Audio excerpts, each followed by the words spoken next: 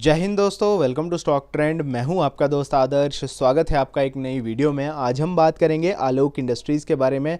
Textile industry में जो हमें सुस्ती का माहौल देखने को मिल रहा है, हालांकि ओवरऑल मार्केट में तेज़ी है। आज की जो तेज़ी है वो बैंक निफ्टी ने लीड की है, लेकिन टेक्सटाइल इंडस्ट्री का मिला जुला सा रुझान हमें 2-3 ट्रेडिंग सेशन से देखने को मिल रहा है। Q3 के नंबर्स भी अब बहुत जल्दी हमें अनाउंस होते हुए दिखेंगे। क्या इम्पैक्ट अब मार्केट पर उसका रह सकता है, डिटेल में उसका असेसमेंट करेंगे। और साथ ही जो आलोक इंडस्ट्री के चार्ट पर मूवमेंट है, क्योंकि मेजर एक चैनल को स्टॉक ने ब्रेक किया है, अब क्या स्टॉक में हो सकता है, डिटेल में उसका भी असेसमेंट करेंगे। एंड तक आप वीडियो में जुड़े रहें और अगर आपने वीडियो को अभी तक लाइक नहीं किया है तो लाइक कर दीजिएगा, चैनल को सब्सक्राइब जरूर करें और साथ ही बेल आइकन को दबाना ना भूलें ताकि लेटेस्ट वीडियो का नोटिफिकेशन आपको जल्दी से जल्दी मिल सके।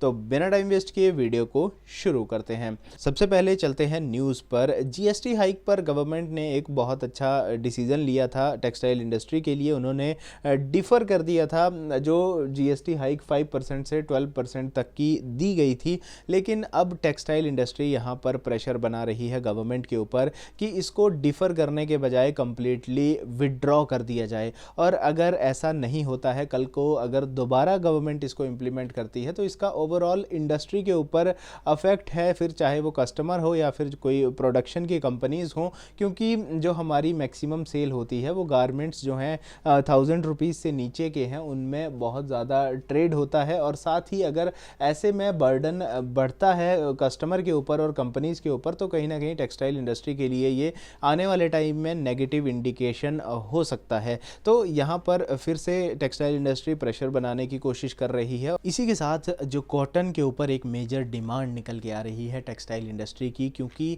जो इम्पोर्ट ड्यूटी गवर्नमेंट ने लगाई थी लास्ट ईयर कॉटन के ऊपर, ताकि जो हमारे डोमेस्टिक प्रोड्यूसर हैं कॉटन के, उनको अच्छा प्राइस मिल सके और उनकी सेल्स जो हैं वो बूस्ट हो सकें। ये गवर्नमेंट की तरफ से एक अच्छा इनिशिएटिव था, लेकिन इसमें जो रॉ मटेरियल है उसके प्राइस में जो बूस्ट आया है वो लगभग 67% का है। तो ऐसे में प्रोडक्शन कॉस्ट जो है कंपनीज़ की वो काफ़ी हद तक इंक्रीज़ हो चुकी है। और ऐसे में कमेंट्रीज अब निकल के आ रही हैं टेक्सटाइल इंडस्ट्री की तरफ से कि वहाँ पर भी जो लेबर क्लास है उनका एम्प्लॉयमेंट अफेक्ट हो सकता है, क्योंकि अब प्राइस काफ़ी ज़्यादा इंक्रीज़ हो चुके हैं। अगर हम डिटेल में इसको देखें तो यहाँ पर जो कमेंट्री निकल के आई है confederation of Indian textile industry की तरफ से, वहाँ पर उन्होंने कहा है 37,000 जो है पर 355 kg चार्ज किया जाता था सितंबर 2020 में, लेकिन उसके बाद ये अक्टूबर 2021 तक हो गया 60,000 पर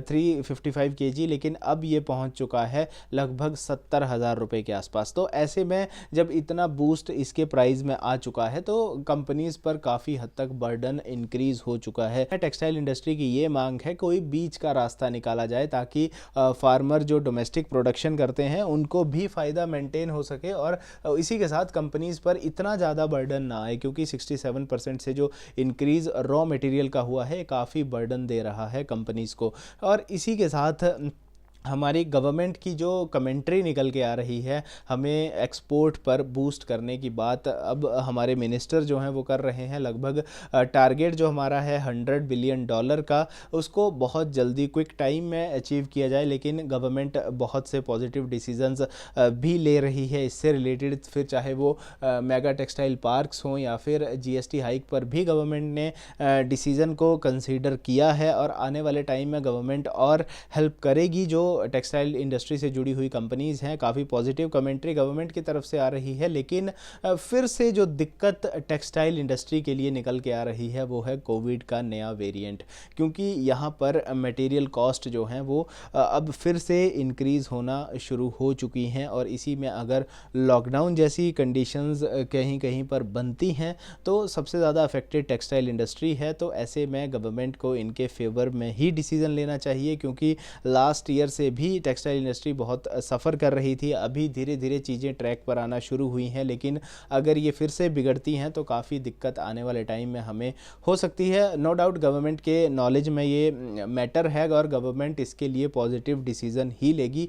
तो ये तो था न्यूज़ के बारे में। अब चलते हैं स्टॉक के चार्ट पर। अगर हम आलोक इंडस्ट्री का चार्ट देखें तो यहाँ पर जो हमें मूवमेंट चार्ट पर देखने को मिलती है, लगभग स्टॉक साइडवेज सा मूव दे रहा था। हालांकि आज एक अच्छी खासी गिरावट स्टॉक ने दिखाई है, लगभग 3.5% की गिरावट है स्टॉक में। लेकिन आज जो स्टॉक ने मेजर चैनल को ब्रेक किया है वो काफ़ी क्रूशल हो सकता है आने वाले टाइम के लिए। अगर हम इसको चार्ट पर डिटेल में देखें तो ये जो चैनल स्टॉक ने अपना क्रिएट किया था, अब अगर ये स्टॉक इसमें अपनी नीचे वाली ट्रेंड लाइन को टेस्ट करने के लिए आता है तो आने वाले टाइम में दिक्कतें स्टॉक के लिए बढ़ सकती हैं, नो डाउट। लेकिन स्टॉक के लिए सपोर्ट बीच में काफ़ी अच्छे हैं। मेरे हिसाब से जो अच्छा सपोर्ट अभी स्टॉक के लिए निकल के आएगा वो आता है लगभग 23 और 23 रुपये 50 पैसे के आसपास की रेंज। ये बहुत अच्छे सपोर्ट की रेंज इस स्टॉक के लिए होने वाली है। यहाँ पर स्टॉक होल्ड करना चाहिए, लेकिन